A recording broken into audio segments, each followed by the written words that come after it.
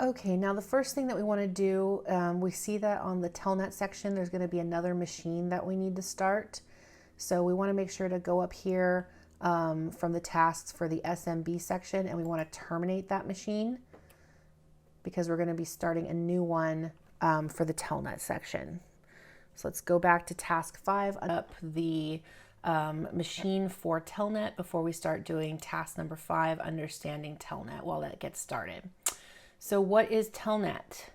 Telnet is an application protocol.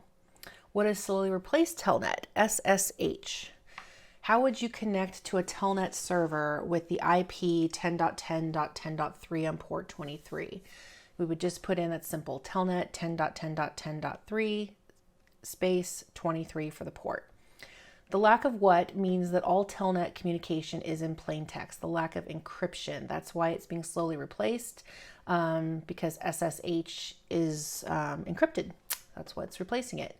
So now let's move on to enumerating Telnet. Remember, enumerating means trying to find out information. It doesn't mean exploiting it necessarily. So the first thing that it's asking us to do is to find out how many ports are open on the target machine. I'm going to let you guys in on a little secret of this. If you do just a standard,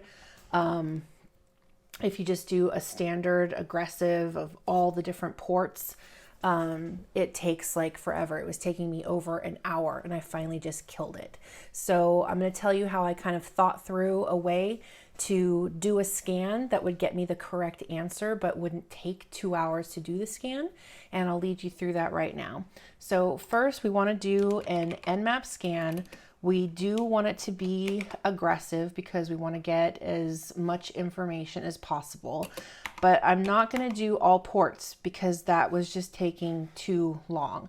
So instead, I'm just going to designate which ports.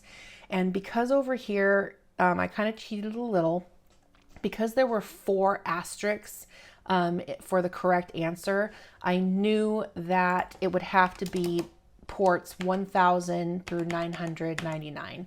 So those are the ports that would give all the different combinations of 4 digits. So I narrowed the scan to those ports. And then again, you want to put the machine IP of the Telnet machine that we're trying to get into. Mine is 10.10.48.155. Yours will obviously be different. Hit enter. Even this is going to take a little bit of time, so I will come back when it's done. All right, so I'm back with the finished scan. Even that took about 5 minutes, narrowed down. So you just got to give it time. I know it kind of makes you feel like you're not doing something right when it takes a long time because you don't know what to expect. But that's why I'm doing videos like this for you guys. So let's see what answers that we can come up with. So how many ports are open on the targeted machine? It's only listing 1 port right here. What port is that? 8012. Okay, it says the port is unassigned, but it still lists a protocol that it's using. And that's right there, TCP. It's using the TCP protocol. So now rerun the Nmap scan without the P tag. How many ports show up as open? I'll let you guys do that because that's easy. I don't want to get, well, let's just do it in another terminal because I don't want to lose this information right here. So I'm going to do Nmap and I'll do aggressive, and I'm just going to use the IP that I have forgotten. There we go. 10.10.48. It'll be different for you. It's whatever the machine ID is for you. Hit enter. It's starting it, and then let's see what happens. And look, it comes up with nothing. All of them, it says all 1000 scanned ports are closed. So that's why you have to do, because it's a very non-standard port, when you just do a simple scan, a simple Nmap scan, this is reminding you that it only does like the first 1000 standard ports. It doesn't do non-standard ports. That's why we had to do this longer scan right over here. So now we're going to dive into this a little bit and see if we can get some more information. So based on the title, return to us, what do we think this port could be used for? So first, let's just try to find out what kind of information is in here. I'm kind of scanning through this information, looking for something more personal, not so official. Up right here, Skitty's back door. So that sounds like a personal name, and it's telling us what this is. And again, we see this back door everywhere, back door everywhere. So what could this port be used for? A back door. And who could it belong to? Again, this is enumeration phase. So enumeration phase is gathering information, and we have a possible username of Skitty. So we want to keep this information whenever we're going through enumeration. We want to write all this stuff down so that when we get to the exploiting task, we have information to use to exploit. So let's go on to task 7 right now.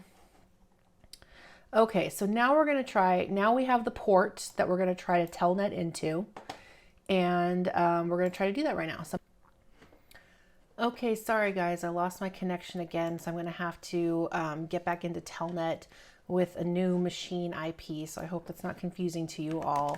So 10.10.230, let me just establish the connection on port 8012, and I'm connected. Now let me see if I open up another terminal on my local machine and I do a TCP dump.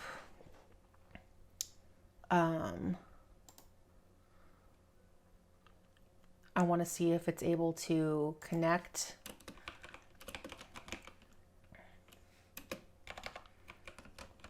ICMP-I ETH0. Okay, so that's listening.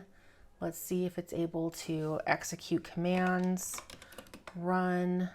I keep getting these like connections, and I don't understand why that is happening, but let's just try to ping my machine and see what happens here. This IP address I got because it's my local machine address. We don't want it to just keep pinging and pinging, so I'm going to do it for a count of 1. And let's watch over here because we're in listening mode over here, and let's see if we're able to catch this ping. I'm going to hit enter. Okay, it came through. Okay, so we have an echo request and we have an echo reply. So we are able to get connected.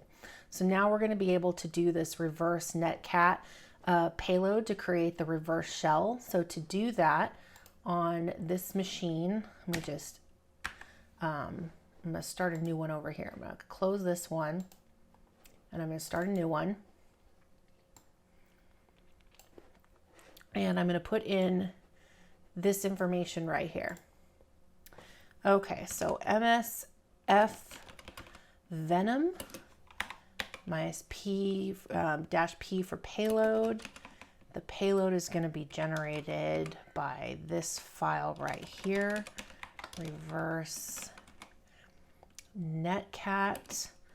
The listening host is going to be our actual local machine's address. So mine is 10.10.96.153. And then the listening port that we're going to use is 4444. And we want to do R for reverse. And then we hit enter. It's doing something. It's going to take it just a few moments to create that payload. And I'll be back. There we go. It's created the payload. The payload, what word does the generated payload start with? It starts with MK FIFO.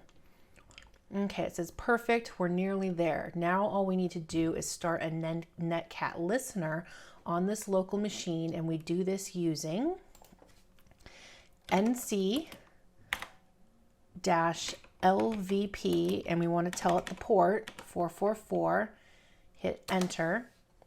Okay, good. Shows that it's listening on port 444. Now I'm going to take this payload, this entire line, I'm going to right click, copy, and it says now that it's running, we need to copy and paste the MSF Venom payload into the telnet session and run it as a command. So I'm going to go back over to my telnet session. I'm going to go right here. I'm going to tell it to run. And then I'm going to right click and paste, and look, we have a connection that's established. Connection from IP 10.10 for me, 230.14 is connected. So now that we're connected, let's see what we can find in here. I'm going to push LS for list up, and then we see a flag test. And so since it's on our computer that I'm able to see this at, I'm just going to go cat flag .txt, enter, and we got the flag right there. All right, I'll be back to do understanding FTP. Thanks for watching.